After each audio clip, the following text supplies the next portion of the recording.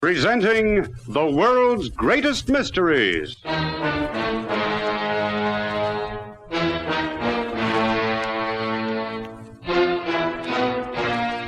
And now, your host. This is Basil Rathbone. Any reporter who can win a roving commission to discover the mysteries behind the secrets of one or several countries has certainly won his position because he has that special something that recognizes a story even before it is a story. In the likeliest and unlikeliest places of Europe, Mike has discovered intrigue and mystery and has searched behind the veil for the stories that will make the news. Not without danger, these stories have been transmitted to his European headquarters in Paris, and from there they have found their way into newsprint to excite the world. But in a moment, let Mike tell you himself of one such adventure.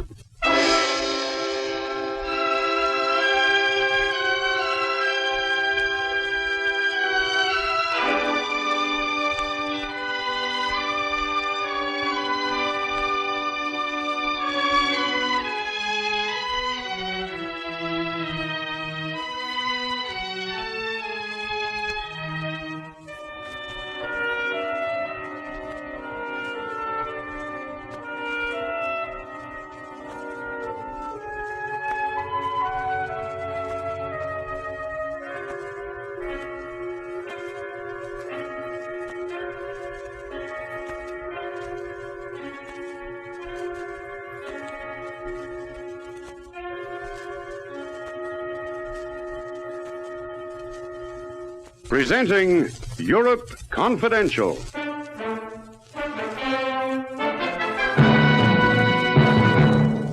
You must be crazy, Thornton.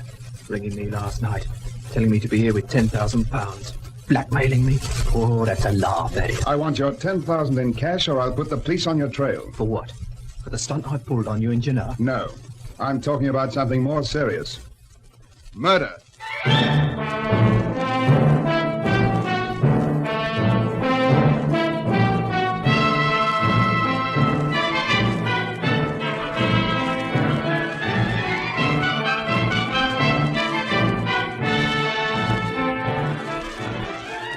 In a moment, we'll bring you Lionel Merton as Mike Connoy, the Paris correspondent of a famous American newspaper, in another exciting story in our series, Europe Confidential.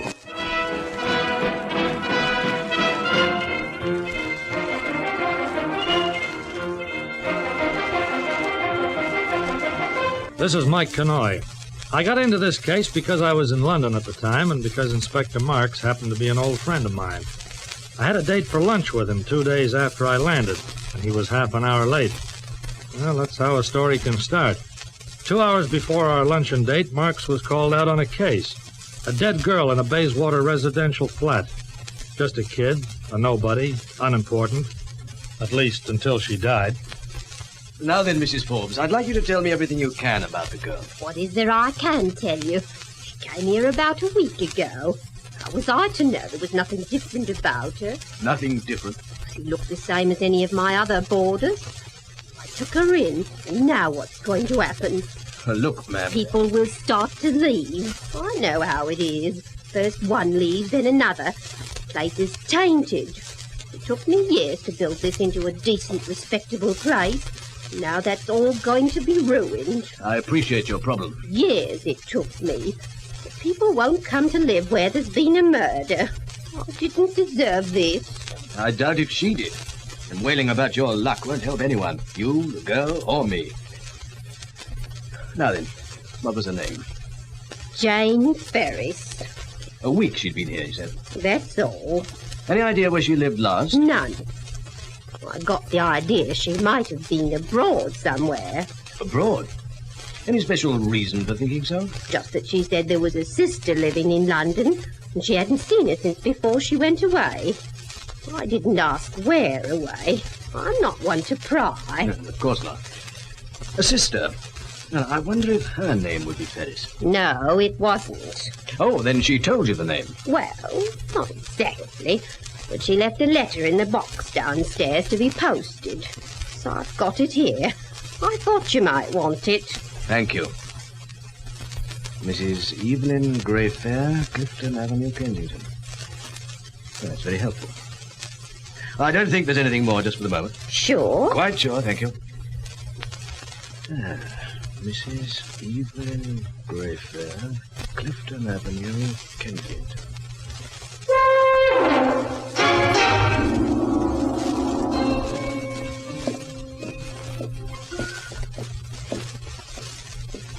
Mrs. Greyfair, Inspector Marks from Scotland Yard, madam. Thank you, Gordon.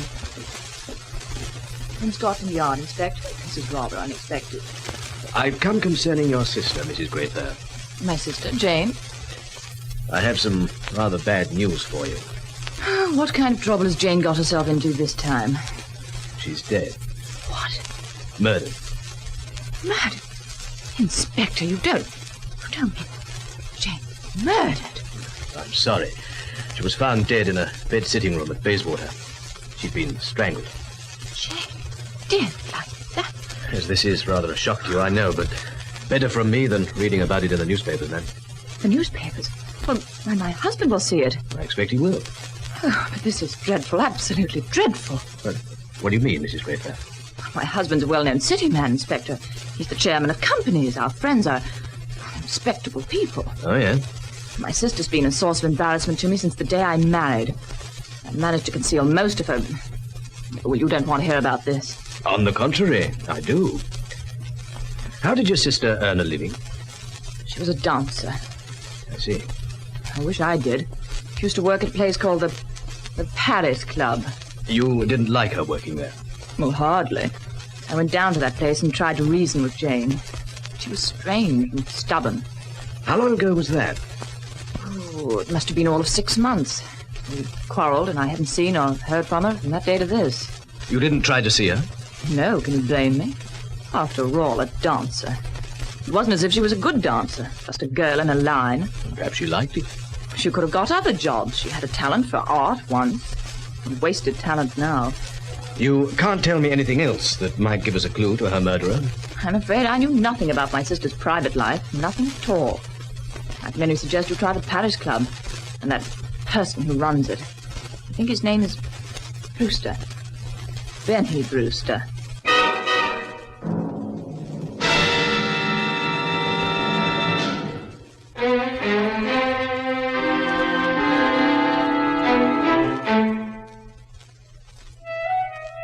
Well, that's how it all began. An ordinary, routine investigation into murder. If murder can ever be ordinary. Inspector Marks called a halt at 1:30 p.m. and remembered that he was long since due to meet me at the press club for lunch. And over that lunch, I first heard about the life and death of Jane Ferris. So there it is, Mike. My excuse for lateness, and my reason for having to hurry off from this very excellent lunch. You're going to see this guy Brewster, are you? Yes, we want to get the business cleared up as soon as possible. I suppose the rules prevent me from coming along. You? Just sit on the sidelines and watch. Well, I don't know, Mike. I don't think I've ever read any rules about that. Suppose we finish our coffee and find the Paris Club.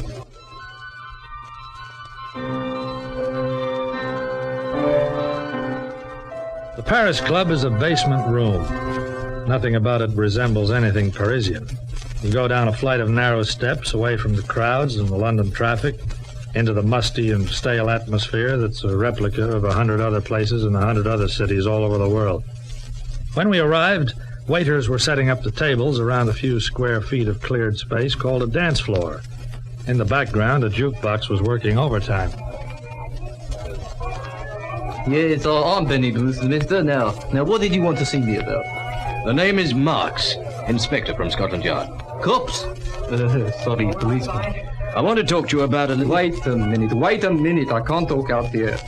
The noise makes me nervous. Come into my office.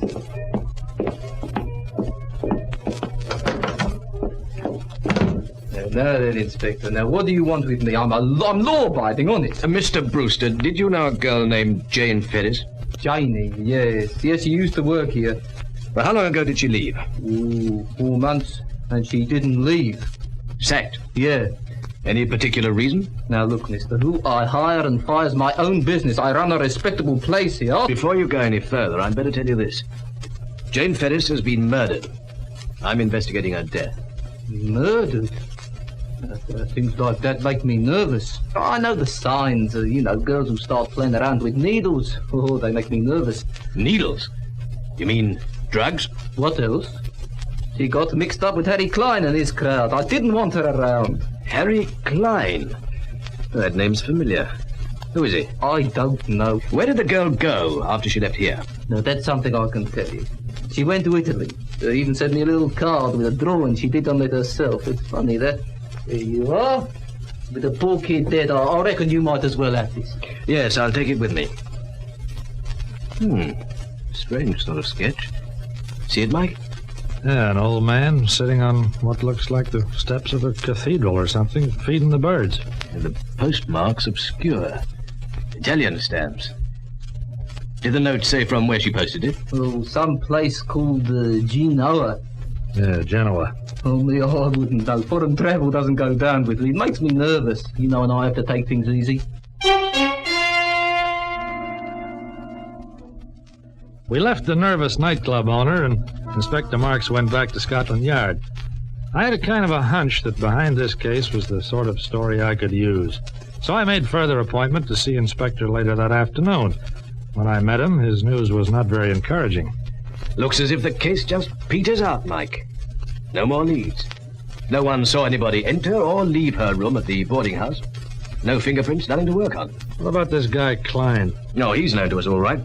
What you might call a big operator. Runs crime on an organized basis. Specializes in blackmail and drugs. Oh, nice guy. Charming. We pulled him in and questioned him. He admitted knowing the girl, but there's nothing else we can prove. He had his lawyers with him, of course, laying down the legal procedure. How does this guy get away with his organized crime, if you know about him? Simply for lack of evidence. Oh, well, we're going to keep working on it, of course. Perhaps we'll come up with something. What about the Genoa angle? Yes, I'd like to follow it up, but that's out of our province. We made a routine inquiry through Interpol, and the Italian police don't know the girl. Inspector, supposing I wanted to take a trip. What do you mean? To Genoa. Find the church, eh? And the old man. And maybe get a lead on what she was doing in Geneva. And then maybe, well, just maybe, they'll tell us why she was murdered. I don't think we'd miss that sketch. I don't think we'd miss it at all.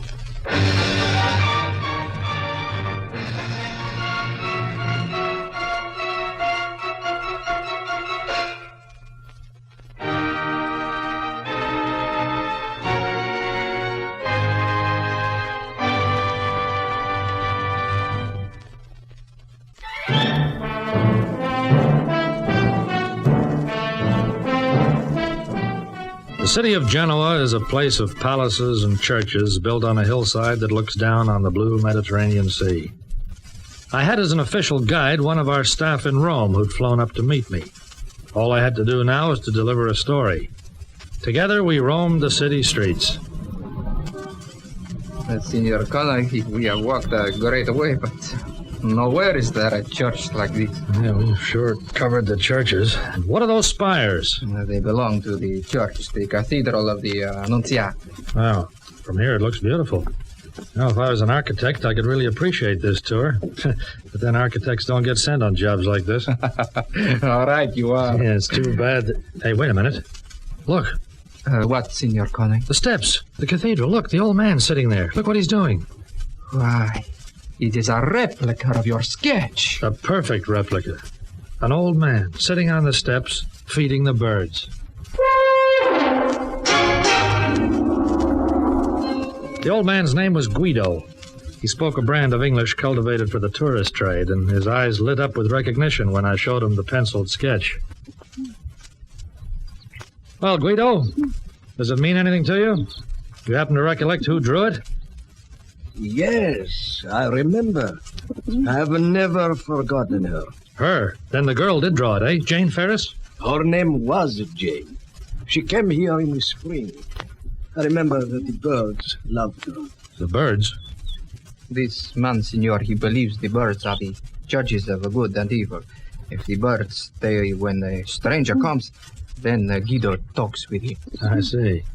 You haven't frightened them away? They stayed for her, just as they stay for you. Mm-hmm. She was very beautiful. and the birds would feed from her hand. She used to laugh then. Somehow the whole Garibaldi would seem a cleaner, brighter place.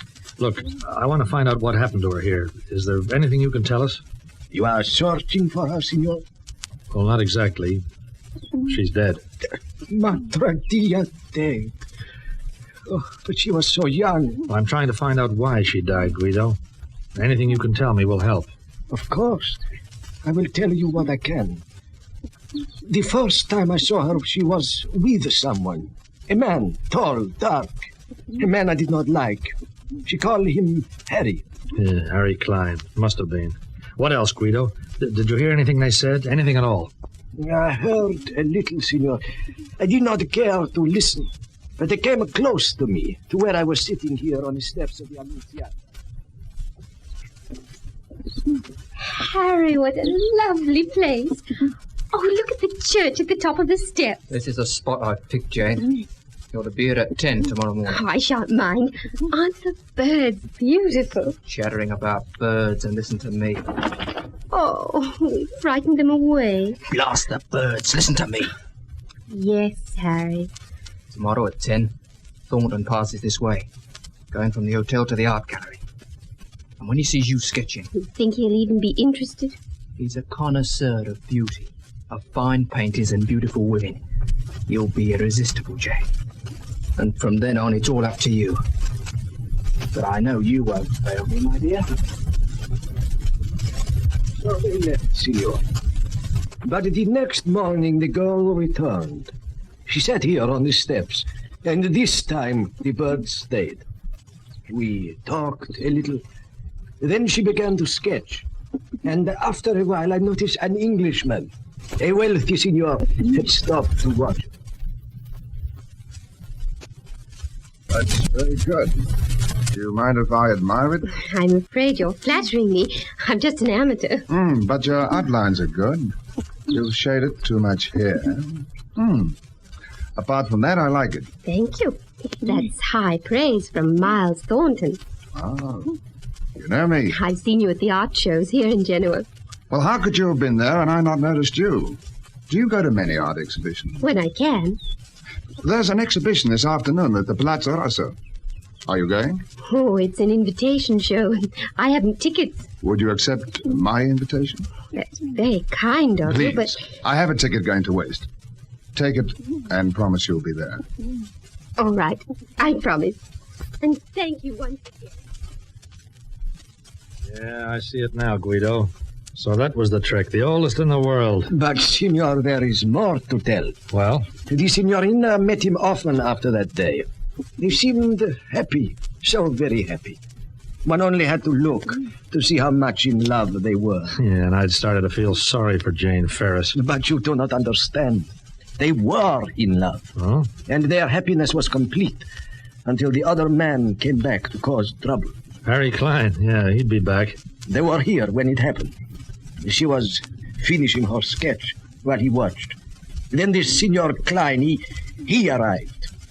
There was an argument, but I did not hear what was said. I suppose it ended with Miles Thornton bringing out his checkbook. Yes, there was some talk of money.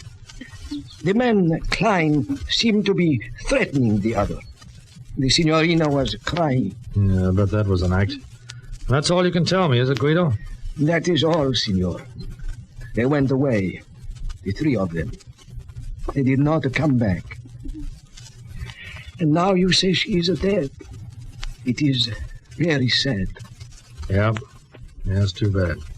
Well, thanks a lot, Guido. Goodbye. Arrivederci, signor. Goodbye.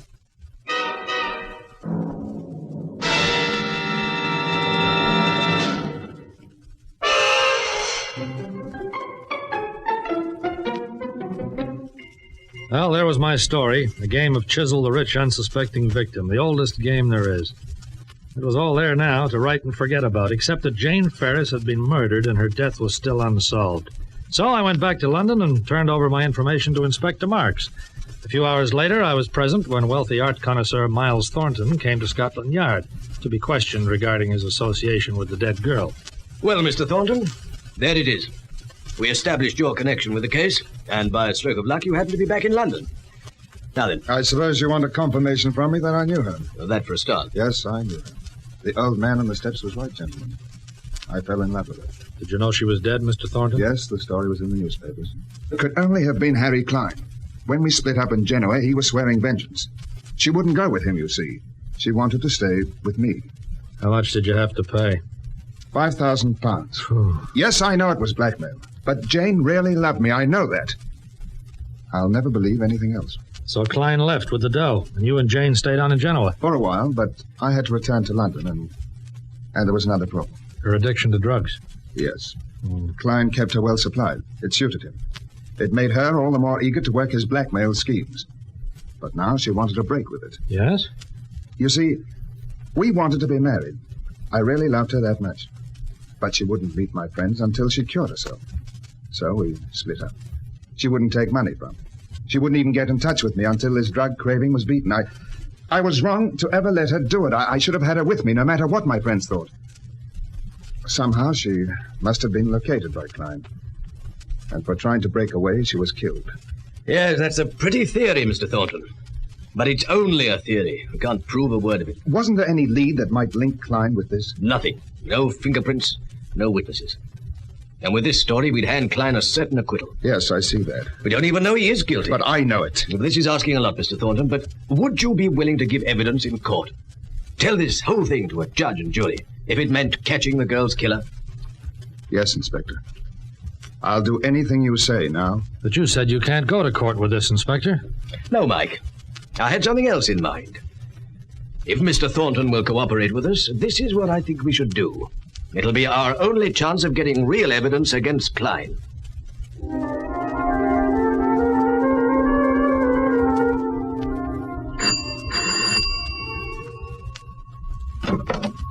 Yes, sir. Oh, it's you, Klein. Come in. Thanks. I will. Well, did you bring the money? You must be crazy, Thornton. Ringing me last night. Telling me to be here with £10,000. Blackmailing me. Oh, that's a laugh, that is. I want £10,000 in cash, or I'll put the police on your trail. For what? For the stunt I pulled on you in Genoa? No, for murder. Jane's murder. You don't know a thing, Thornton. Not a thing. I know more than you think. I suppose you feel you were very careful. Do you know you were seen outside her boarding house the night she was killed? Who saw me? I did. Who have you told about this, Mr. Thornton? Nobody yet. I intend to tell the police if you don't pay up. You poor stupid fool. You really expect me to pay you 10,000? I'll pay you all right, Thornton. With this. Put that gun away! It'll be a pleasure, mister. You think I'd have come here for any other reason than to kill you? Now I'm certain of it. You killed Jane, didn't you? Yes, I killed her. I always pay all people who double-cross me. But knowing it won't do you any good, Thornton. All right, Klein, we've heard enough. Put your gun down. Why, you coppers. A trap, and you walked right into it, Klein. Thornton, you rat. Look out, he's crazy! Give me that gun, Klein. Give it me. I'll give it to you, all right, copper. Where it hurts most. Drop it. Stop, you're breaking my arm. Drop the gun. Right. Handcuffs, Rogers. I'll take care of him, sir. Good. Mr. Thornton, are you all right? In the arm, Inspector. I'll call a doctor. We got to look after you. Don't forget, you're going to be our chief witness when Klein goes up for trial. You've got enough evidence now. Thanks to you, yes. I'm taking him in to charge him with the murder of Jane Ferris.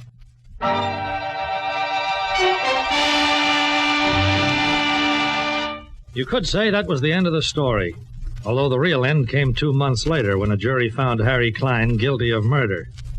So a big-time operator was caught on a rap he couldn't beat, all because of a girl found dead in a Bayswater room. A girl who wasn't at all important until she died.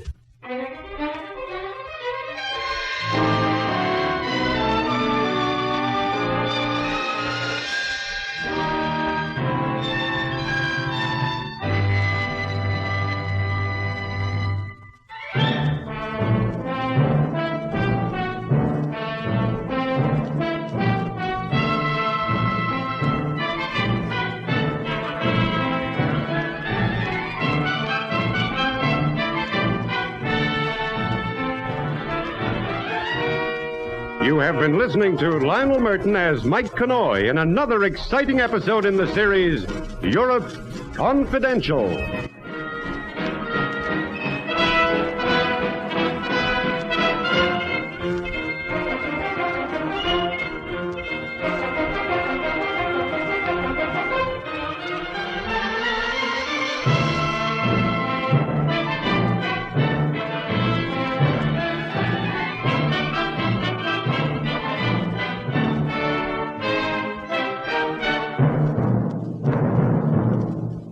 This is Basil Rathbone again, and that's Mike's story for today. Mysterious, yes, and exciting. But then, that's our aim. These stories are exciting. That's why they're worth telling. We hope you will join us next time. Now, goodbye till we meet again for another of the world's greatest mysteries.